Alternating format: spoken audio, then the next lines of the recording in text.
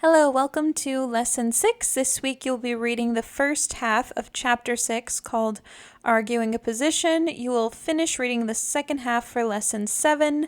This week you are responsible for selecting a controversial or a debatable topic to write on. Ultimately, you'll turn in a detailed outline for the final paper that you will complete for Lesson 7. Hopefully that all makes sense, but if it not, it's all on the syllabus. Although you are free to write on any topic, I highly encourage you to avoid hot-button subjects like abortion and homosexuality. The last few semesters, at least 50% of the class have chosen to write on these two topics, and it's really difficult for students to come up with a fresh, compelling argument because it's so easy and tempting for them to fall back on those same few overused claims that we've heard over the years from both sides of those debates. Therefore, I encourage you to really consider what God has uniquely placed on your heart and write on that. Before outlining your arguing a position essay, it's important to consider this assignment's purpose. You will attempt to influence your readers' thinking on an issue, and the word influence translates to the capacity we have to affect the character, development, or behavior of someone or something.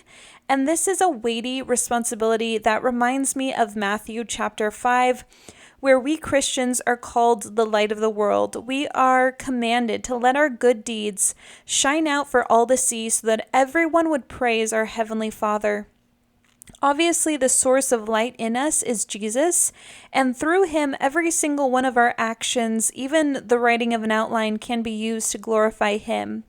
And so some of the ways we can influence others is by changing our readers' minds, confirming our readers' opinions, supplying readers with reasons and evidence to support your position, convincing those readers to look at an issue in a new way, moving our readers to take action, establishing common ground on which people might be able to agree, or winning readers' respect for a different point of view.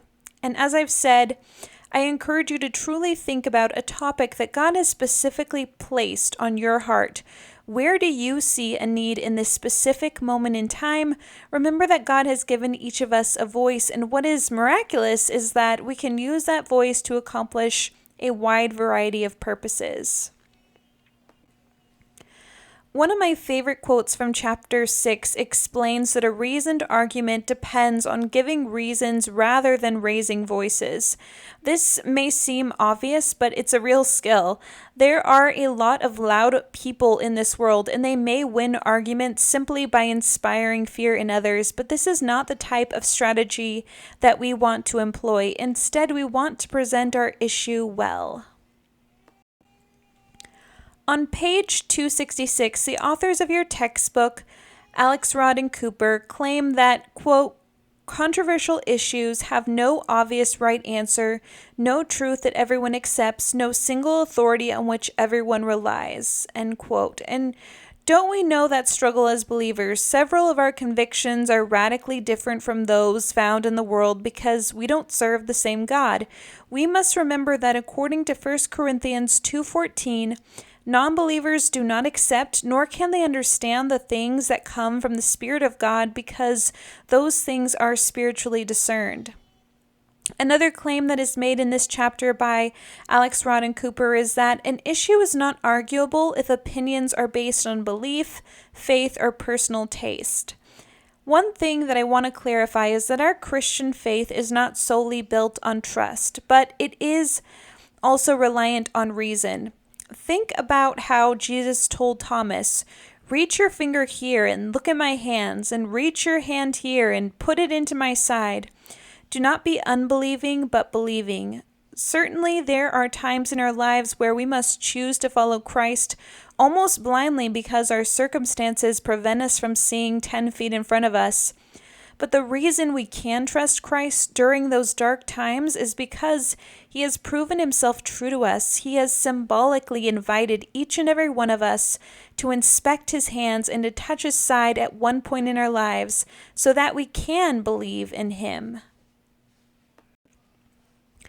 So even though we know that God is trustworthy and the ultimate authority over all creation, we must also acknowledge that not everyone believes in God, nor do they all accept that the Bible is the inspired or infallible Word of God. And that's where the distinction occurs. We don't make a compelling argument when we claim that God exists because we believe he exists. This is another example of begging the question or circular reasoning. But we can make a compelling argument when we assert that the heavens and the earth testify of God's existence. And hopefully you can discern this difference.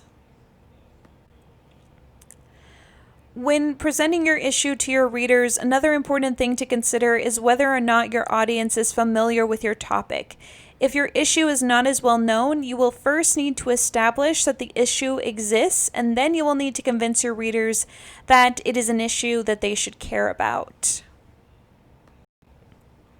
On page 277 in your textbook, the authors of the St. Martin's Guide talk about framing an issue. Alex, Rod, and Cooper compare framing to an actual frame you would put around a picture, or in digital terms, they liken it to using an editing program to crop and resize a photograph to focus the viewer's eye on the part of the picture that you think is most important.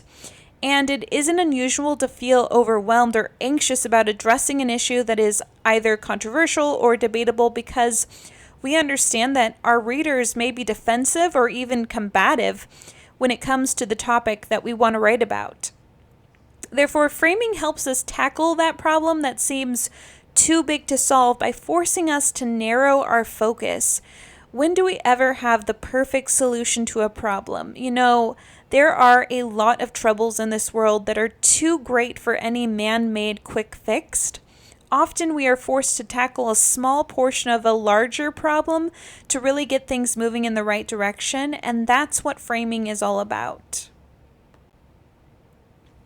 After you decide how you want to present your issue, the next thing you want to think about is how you will support your argument. For the Arguing a Position essay, you will need to include 4 outside sources in addition to the Bible, and I suggest that you have a source for each of your 3 major claims and at least one source for your counter-argument. Potentially that will help you keep your essay balanced. And depending on the argument you're making, you can use facts, statistics, examples, anecdotes, or quotes from authorities to serve as your evidence. That'll be up to you. And as you select your evidence, I encourage you to think about your source's credibility. Not all sources are made equal. You typically want to find an expert in your topic, and I suggest that you look at the databases that CCBC offers. As you're on the hunt for sources, you'll probably explore the internet. In order to conduct your search, you'll need to come up with keywords. According to the Norton Field Guide to Writing with Readings, the key to searching efficiently is to use keywords and combinations of them that will focus your searches on the information that you need, but not too much of it. Often you'll start out with one general keyword that will yield far too many results. Then you'll need to switch to more specific terms or combinations. The examples on the left demonstrate how the student had to narrow their focus by choosing the word homeopathy over medicine or secondary education Japan over education Japan. But the opposite problem could also occur. Bullock and Goggin also point out that there are other times that your keyword search won't yield enough sources.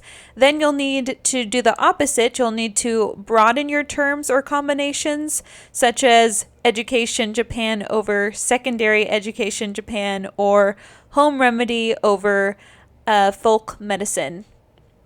And this is why researching can prove to be difficult, because you're not just looking for sources, but you're trying to find the right keywords to find those sources. So give yourself ample time to hunt. As you begin to find sources, it'll be necessary to judge the quality of those sources. As you've learned from the previous lesson, there are certain pieces of criteria that you should use to judge a source, and those pieces are authority, timeliness, accuracy, and objectivity. As far as authority is concerned, take a look at the source's author and publisher. Is the author qualified to write on the subject? Are they associated with a particular position on the issue? What kind of company published the source? Is the source scholarly, peer-reviewed, published in a reputable journal or magazine? Did you find it in a library database or on the web? Timeliness is another important aspect to be aware of. Some topics may require very current information, like medicine. You don't want that to be outdated, whereas other topics, like literature, may call for older sources. Thirdly, you'll want to check for accuracy. If the publisher didn't take time to proofread and edit their source, then they probably took shortcuts in other areas too. Finally, be aware of your source's objectivity. This is where knowing those logical fallacies comes into play. Once you feel that you've conducted enough research and have gathered the sources that you need, you'll need to begin to synthesize the information from your research to develop ideas about your topic and then to support those ideas. To begin, it'll be important to read all of your sources with an open mind, taking notes, and perhaps writing a brief summary for each of your sources, paying particular attention to the relationships, patterns, and connections among your sources. You'll also want to take notes on your own thoughts too, and perhaps begin to formulate the position that you'll want to assert for your final essay. Here are some questions you can ask yourself about your sources. What sources make the strongest arguments? What makes them so strong? Do some arguments recur in several sources? Which arguments do you agree with, disagree with, or those you disagree with, which ones seem strong enough that you need to acknowledge them in your text? Are there any disagreements among your sources? Are there any themes that you see in more than one source? Are any data, facts, statistics, examples, or experts cited in more than one source? Do several of your sources use the same terms? Do they use the terms similarly, or do they use them in different ways? And finally, what have you learned about your topic? How have your sources affected your thinking on your topic? Do you need to adjust your thesis? If so, how? And I also want to note that the Norton textbook suggests that you may find that identifying connections among your sources is easier if you examine them all together rather than reading them one by one. For example, taking notes on note cards and then laying the cards out on a desk or table lets you see passages that seem related. The whole point of synthesizing your ideas is to enter that larger conversation concerning your essay topic. You aren't simply to regurgitate what you've researched, but you are forming your own opinion. As I've mentioned, your perspective is an important one because God has given you a unique audience and platform. And it's my hope that this class has helped you gain confidence in your writing abilities and that you feel equipped to be a light in both word and deed. As you begin your research, I also want to remind you to keep a working bibliography. As I've mentioned in previous lessons, properly citing your sources is a time-consuming task, and it will benefit you to collect the information as you go. I also highly recommend that you bookmark your web sources because you'll be amazed by how many sources you have to weed through to find the few that will serve your purposes, and it's easy to get lost online.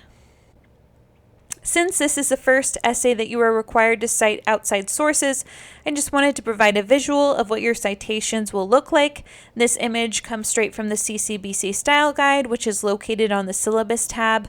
For your bibliography, remember that your citation should be in alphabetical order and each citation should have a hanging indent. Another important aspect of the arguing a position essay will be the part of your paper where you address the counter-argument. By facing your position's counter-argument head-on, you will demonstrate to your readers that you have viewed your issue from multiple angles, further showing that you have an open mind and that you have a teachable spirit. Your readers will also appreciate that you've spent time thinking about and acknowledging their potential concerns. Now you can do one of three things. You can concede to an objection made by your readers, meaning that you're willing to say to those who oppose your position, hey, here you make a great point. I'm willing to accommodate your point of view by modifying my argument. Your second option is that you can say to your readers, I understand that you raise an objection to this point, but I must maintain that I respectfully disagree, and here's why. Finally, your third option is to say, in this area, I'm willing to concede, but in this other area, I must refute your objections. In other words, you decided to both. Again, until you know your topic and the position that you'll be taking, you won't know in which manner you should respond. The last thing I want to talk to you about in this week's lesson is your thesis statement, which should include your position and a roadmap that forecasts your 3 major claims for your readers. This week you'll be reading Jessica Statsky's essay, Children Need to Play, Not Compete. From her title, it should be pretty clear what position she is taking concerning children's sports. She argues that when overzealous parents and coaches impose adult standards on children's sports, the result can be activities that are neither satisfying nor beneficial to children. And after reading Statsky's thesis, you should understand that she is against imposing adult standards on children's sports.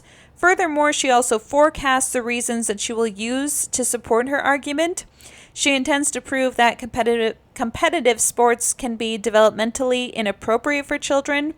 As far as your thesis is concerned, you want to make your 3 major claims more obvious so that your readers know exactly what sort of information you will cover in your essay. That's all we have for Lesson 6. Lesson 7 will be a continuation of Chapter 6, so feel free to read ahead.